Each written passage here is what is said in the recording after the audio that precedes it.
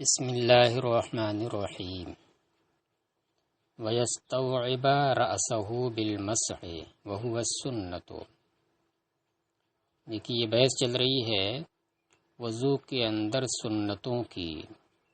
اوپر آیا ہے کہ وَيُسْتَحَبُّ لِلْمُتَوَضِّي أَن يَنْوِيَ الطَّهَارَةَ، تو اسی ینویت طہارتہ کے اوپر اس کو بھی عطف پڑھیے تو ہو جائے گا وَيَسْتَوْعِبَ رَأْسَهُ بِالْمَسْحِ۔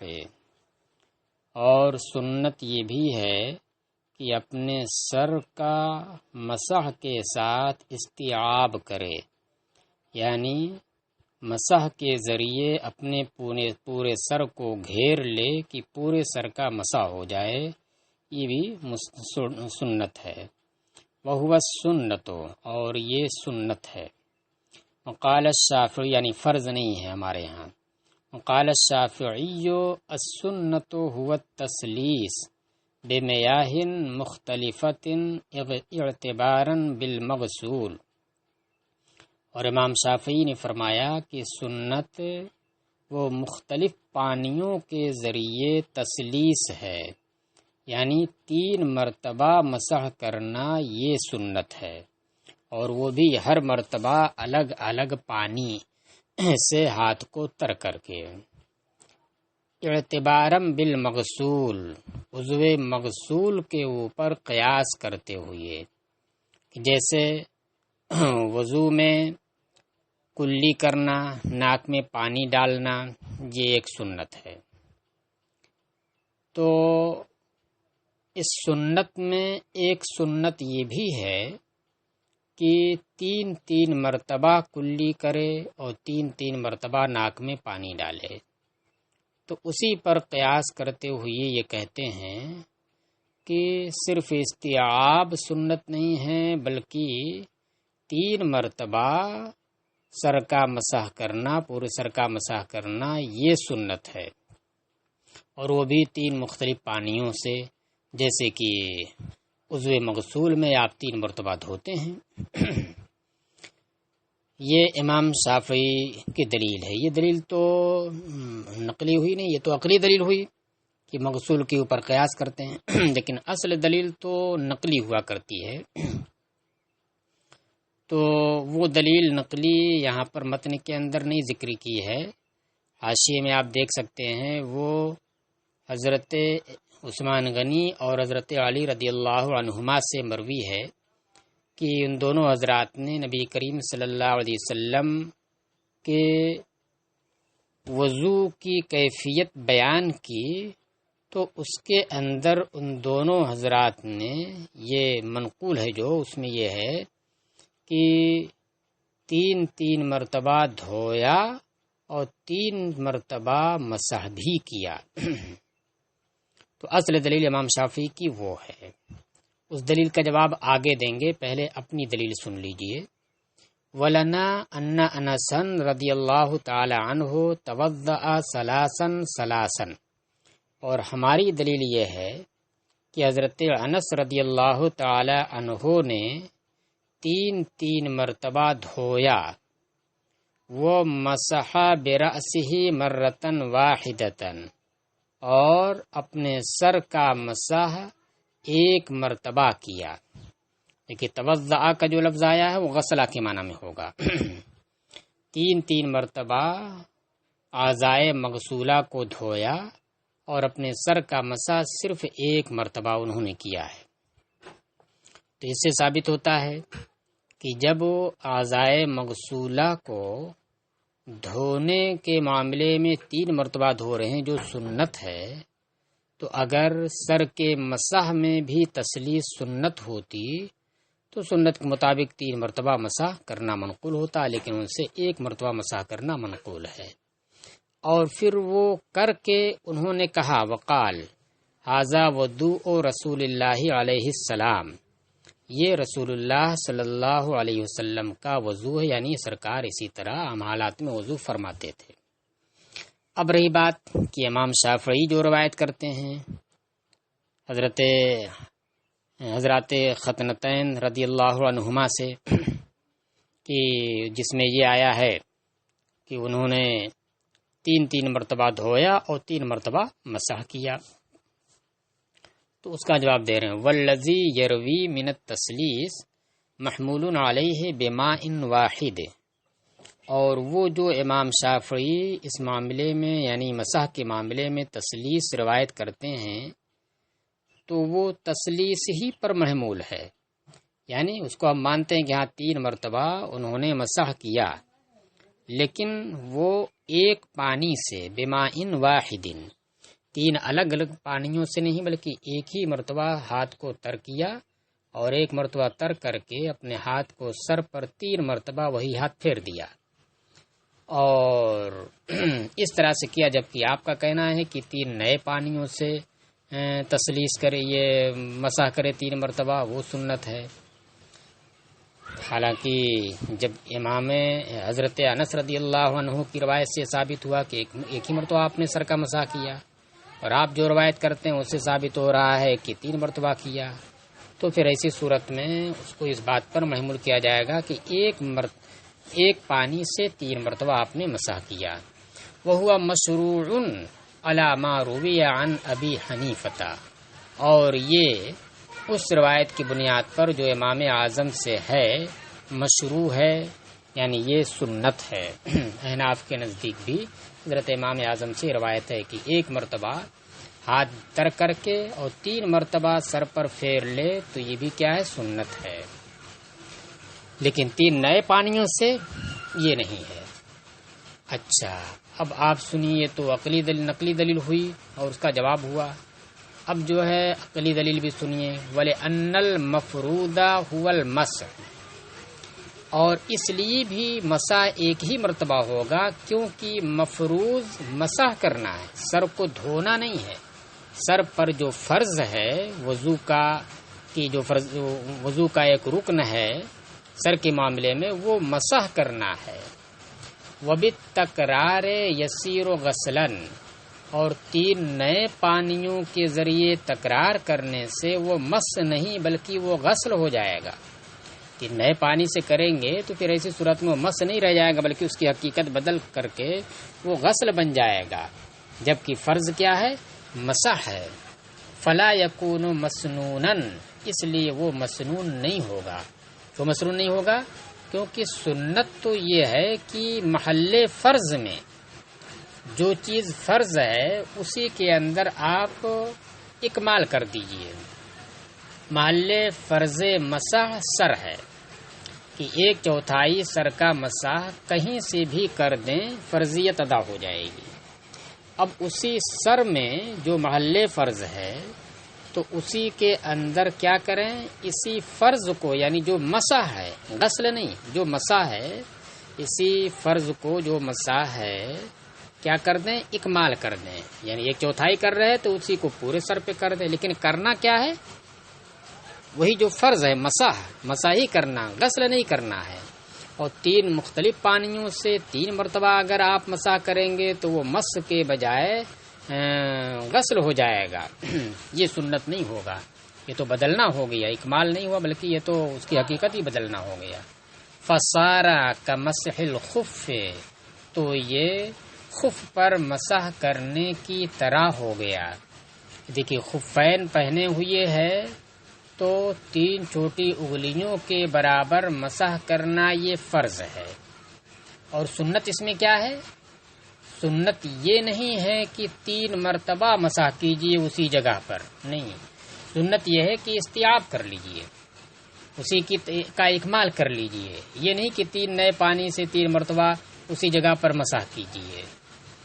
تو اسی طریقے سے یہ بھی ہو گیا کہ جیسے آپ خفین پر وہ بھی مسح ہی ہے، وضو ہی میں آپ مسح کر رہے ہیں، اس میں پہنے ہوئے اگر ہیں تو اس میں کیا ہے، اس میں 3 مرتبہ نہیں ہے بلکہ ایک ہی مرتبہ کرنا ہے، بلکہ استیاب کر لینا ہے۔ تو اسی طریقے سے یہاں پر بھی کیا ہوگا، تکرار نہیں بلکہ کیا ہوگا، اکمال کر لینا ہوگا۔ بخلاف الغسل، برخلاف غسل کے، غسل میں ایسا نہیں ہے، آپ نے غسل کے اوپر قیاس کیا ہے، اعضائے مغسولہ کے اوپر قیاس کیا کہ دیکھیے وہاں پر کیا ہوتا ہے کہ 3 مرتبہ کرنا پایا جاتا ہے، 1 مرتبہ دھونا تو ہو گیا، اور 3 مرتبہ دھونا یہ سنت ہو جاتا ہے. تو کرے برخلاف غسل کے، کیونکہ وہاں پر اگر ایک کی جگہ پر 3 مرتبہ 3 نئے پانی سے اگر غسل کرتے ہیں تو اس کی وجہ سے یہ تکرار جو ہے اس غسل کو ضرر نہیں پہنچاتی ہے، بلکہ وہ غسل ہی رہتا ہے. 3 مرتبہ دھوئیں، 4 مرتبہ دھوئیں، 7 مرتبہ، 5 مرتبہ، جتنی مرتبہ دھوئیں گے وہ دھونا ہی رہے گا، غسل ہی رہے گا. غسل سے بڑھ کر کے بدل کر کے کوئی اور چیز نہیں ہو جائے گی. برخلاف مسح کے کہ 3 مرتبہ 3 نئے پانی سے اگر کرتے ہیں تو مسح سے نکل کر کے منتقل ہو کر کے وہ غسل کی صف میں چلا جاتا ہے، اس لیے اس کے اوپر قیاس نہیں کر سکتے. برخلاف غسل کے لأنہ لا يضرہ التکرار، کیونکہ تکرار اس کے اندر اسے ضرر نہیں دے گی، اسے بدلے گی نہیں. چلیے وَيُرَتِّبَ الْوُضُوءَ، اور سنت یہ بھی ہے کہ وضو کو ترتیب وار کرے، یعنی ایک ترتیب اس کے اندر قائم ہو. یہ سنت ہے. اچھا وہ ترتیب کون سی برقرار رکھے گا کہ جس طرح سے کرے تو سنت ہو؟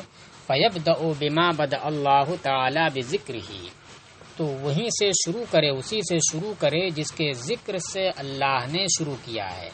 یعنی وضو کی فرضیت کا جو بیان ہے قرآن کریم کے اندر، تو اس میں اللہ تعالیٰ نے جس چیز کا ذکر پہلے کیا ہے اس کو پہلے کرنا ہے، اس کے بعد جس کا ذکر کیا ہے تو اس کے بعد اسے، یعنی جس طرح سے ذکر ہے اسی طریقے سے عمل کرنا ہے. تو اس میں کیا ہے آیا ہے فَغْسِلُوا وُجُوهَكُمْ وَأَيْدِيَكُمْ إِلَى الْمَرَافِقِ وَامْسَحُوا بِرُؤُوسِكُمْ وَأَرْجُلَكُمْ إِلَى الْكَعْبَيْنِ. پہلے غسل وجہ کرنا ہے، پھر غسل ید کرنا ہے، پھر مسح راس ہے، پھر اس کے بعد غسل رجل ہے. وَبِالْمَيَامِنِ، اور داہنے سے شروع کرے. کیا کرے؟ داہنے سے شروع کرے. اب جہاں پر 2 چیزیں ہیں، 2 عضو ہیں، یا دایاں بایاں اس میں ہوتا ہے، تو پھر وہاں پر بھی شروعات کہاں سے کرے؟ داہنے سے کرے گا. جیسے 2 ہاتھ ہیں، ایک داہنا ایک بایاں، تو پہلے دونوں تو ایک ساتھ دھوئے گا نہیں، تو پہلے دایاں دھوئے پھر بعد میں بایاں دھوئے. اسی طریقے سے پیر کو دھونا ہے، پہلے دایاں دھوئے پھر اس کے بعد بایاں دھوئے گا. چلیے وَالتَّرْتِيبُ فِي الْوُضُوءِ سُنَّةٌ عِندَنَا، اور ترتیب ہمارے نزدیک سنت ہے. یہ جو ترتیب کے بارے میں بھی ہمارا اور امام شافعی کا اختلاف ہے. ہمارے نزدیک یہ ترتیب سنت ہے. وعند الشافعی فرض، اور امام شافعی کے نزدیک فرض ہے. دلیل سنیے دونوں کی. امام شافعی کے نزدیک فرض کیوں؟ لقولہ تعالی فاغسلوا وجوہکم الآیہ، کیونکہ اللہ تبارک تعالی نے فرمایا فاغسلوا وجوہکم الی آخر الآیہ، اور اس کے اندر فا آیا ہے. والفاء للتعقیب، اور فا جو ہے یہ تعقیب کے لیے آتا ہے.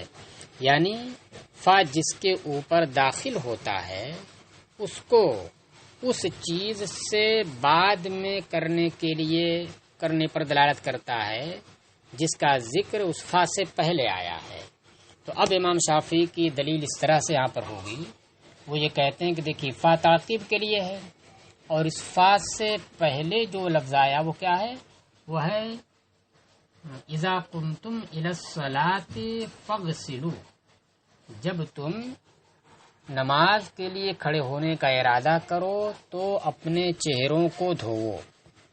تو ارادہ صلاۃ اور غسل وجہ، چونکہ فا اسے اغسلوا وجوہکم پر داخل ہے، تو ارادہ صلاۃ اور غسل وجہ میں ترتیب قائم ہو گئی کہ ارادہ صلاۃ پہلے ہوگا اور غسل وجہ یہ اس کے بعد ہوگا، کیونکہ فا تعقیب کے لیے ہے.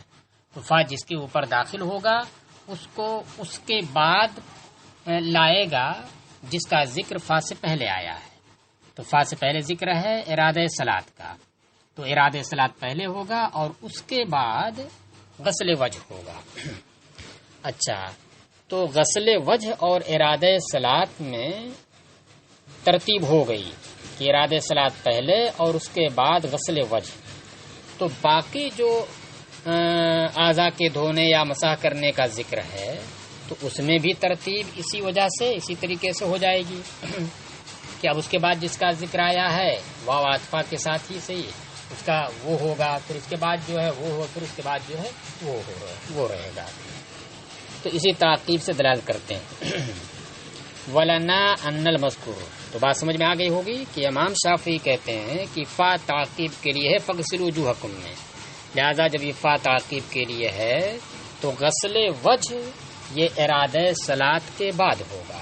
ان دونوں میں ایک ترتیب قائم ہوگی کہ غسل وجہ پہلے، اس کے بعد ارادہ صلاۃ پہلے اور اس کے بعد غسل وجہ، ان دونوں جب ترتیب قائم ہوگی تو باقی جو آیا ہے اس کے بعد وَأَيْدِيَكُمْ إِلَى الْمَرَافِقِ وَامْسَحُوا بِرُؤُوسِكُمْ واو کے ساتھ، اور پھر وَأَرْجُلَكُمْ إِلَى الْكَعْبَيْنِ، ان تمام کے درمیان بھی ترتیب ہو جائے گی۔ وَلَنَا أَنَّ الْمَذْكُورَ فِيهَا حَرْفُ الْوَاوِ، ہماری دلیل یہ ہے کہ دیکھیے اس آیت کریمہ کے اندر جو مذکور ہے وہ حرف واو ہے۔ فا تو تعقیب کے لیے چیز ٹھیک ہے، لیکن فا کے بعد جو چند چیزیں ذکر کی گئی ہیں ان کے درمیان واو حرف ہے، اور حرف واو کہہ رہے ہیں وہی لمطلق الجمع باجماع اہل اللغت، اور یہ مطلق جمع کے لیے ہے اہل لغت کے اتفاق کی وجہ سے، یعنی اہل لغت کا اس بات پر اتفاق ہے کہ واو جو آتا ہے یہ مطلق جمع کے لیے آتا ہے، بس چند چیزیں کسی بھی طریقے سے اکٹھا کر دیجئے، اس میں اس بات کی رعایت ملحوظ نہیں ہوتی ہے کہ پہلے اس کو رکھیے پھر اس کو رکھیے پھر اس کو رکھیے، نہیں، بس وہ جمع ہو جائے تو واو اسی کے لیے آتا ہے۔ تو جب واو مطلق جمع کے لیے ہے تو پھر اب ایسی صورت میں فا اگرچہ تعقیب کے لیے ہے تو پھر زیادہ سے زیادہ یہ ہوگا کہ ارادہ صلاۃ پہلے ہوگا، آپ نیت کریں گے، اور پھر اس کے بعد یہ پورے کا پورا مجموعہ ہوگا، یعنی یہ مجموعہ پورے کا پورا یہ ارادہ صلاۃ کے بعد ہوگا۔ غسل وجہ ارادہ صلاۃ کے فوراً بعد ہو، پھر اس کے بعد دوسرا، پھر اس کے بعد تیسرا ہو، یہ لازم نہیں ہے، ہاں یہ مجموعہ پورے کا پورا یہ ارادہ صلاۃ کے بعد ہوگا جب مطلق جمع کے لیے ہوگا۔ فتقتضی اعقاب غسل جملۃ الاعضاء، لہذا یہ حرف واو تقتضی میں ہے یا ضمیر کا مرجع وہی حرف واو ہے، لہذا یہ حرف واو اس بات کا مقتضی ہوگا کہ مجموعہ اعضاء کا غسل، اور اسی کے بیچ میں مس بھی آئے گا، ان کو بعد میں لایا جائے۔ کس کے بعد لایا جائے؟ وہی فا سے پہلے جس کا ذکر آیا اس کے بعد، وہ ہے ارادہ صلاۃ، لیکن اس کے بعد جسے لانا ہے اس میں ترتیب ضروری نہیں ہے، بس اس پورے مجموعے کو جیسے بھی لائیں مگر جمع کریں تو یہ ہو گیا۔ ہاں البتہ اب ایک سوال یہاں پر یہ ہوتا ہے کہ انہوں نے یہ کہا کہ حرف واو یہ مطلق جمع کے لیے ہے، اور مطلق جمع کے لیے ہونا یہ اہل لغت کے اتفاق سے ہے، حالانکہ یہ بات سمجھ میں نہیں آتی ہے، کیونکہ بہت سارے لوگ ایسے ہیں جو یہ کہتے ہیں کہ واو جو ہے ترتیب کا فائدہ دیتا ہے، بہت سے وہ ہیں جو کہتے ہیں کہ واو جو ہے یہ قران کا فائدہ دیتا، ملانے کا فائدہ دیتا ہے تو پھر جب کچھ لوگ نکل گئے جو مطلق جمع کے لیے نہیں مانتے ہیں تو پھر اب ایسی صورت میں یہ کہنا کہ اہل لغت کا اس بات پر اجماع ہے یہ سمجھ میں نہیں آتا ہے۔ تو جواب اس کا اصل میں یہ دیا کہ دیکھیے ابو علی فارسی نے جو ایک نحوی ہیں انہوں نے یہ ذکر کیا ہے کہ تمام نحویوں کا اس بات پر اتفاق ہے کہ واو مطلق جمع کے لیے ہے، اور سیبویہ نے اس بات کو اپنی کتاب کے اندر 17 جگہ ذکر کیا ہے کہ اس بات پر نحویوں کا اجماع ہے کہ واو مطلق جمع کے لیے ہے، تو یہ ابو علی فارسی نے اس کو ذکر کیا، تو حضرت مصنف نے اسی کے اوپر اعتماد کر لیا اور یہ کہہ دیا کہ واو مطلق جمع کے لیے ہے۔ ہاں یہ رہی بات کہ قلیل کی مخالفت آ رہی ہے، کچھ لوگ جو ہے مخالفت کر رہے ہیں، کہہ رہے ہیں کہ نہیں اس کے لیے نہیں ہے، تو پھر قلیل کا اختلاف یہ اجماع لغوی کے لیے مانے نہیں ہے، اگر چند لوگ اختلاف کریں تو اجماع لغوی جو ہوتا ہے اس کے لیے جب بھی اجماع لغوی اجماع ہو جائے گا لغت کے معاملے میں، لہذا اس پر کوئی سوال نہیں کھڑا ہوتا ہے۔ والبدایۃ بالمیامن فضیلۃ، اور داہنے سے شروع کرنا یہ فضیلت ہے، فضیلت بمانا مستحب ہے، سنت نہیں بلکہ مستحب، کریں گے تو ثواب ملے گا اور نہیں کریں گے تو پھر کوئی ملامت نہیں ہوگی۔ لقوله علیہ السلام، کیونکہ حضور علیہ السلام نے فرمایا ان اللہ تعالی یحب التیامن فی کل شیء حتی التنعل والترجل، کہ اللہ تبارک تعالی ہر چیز میں تیامن کو پسند فرماتا ہے، یہاں تک کہ جوتا پہننے میں اور کنگھا کرنے میں بھی، کہ جوتا بھی اگر پہننا ہو تو پہلے دایاں پہنے، یہ مستحب ہے، پھر بعد میں بایاں پہنے۔ کنگھا کر رہا ہے سر میں تو ظاہر سی بات ایک ساتھ تو پورے سر میں کر نہیں سکتا ہے، تو اس میں بھی پہلے دائیں جانب کنگھا کرے پھر بائیں جانب کرے، یہ کیا ہے؟ مستحب ہے۔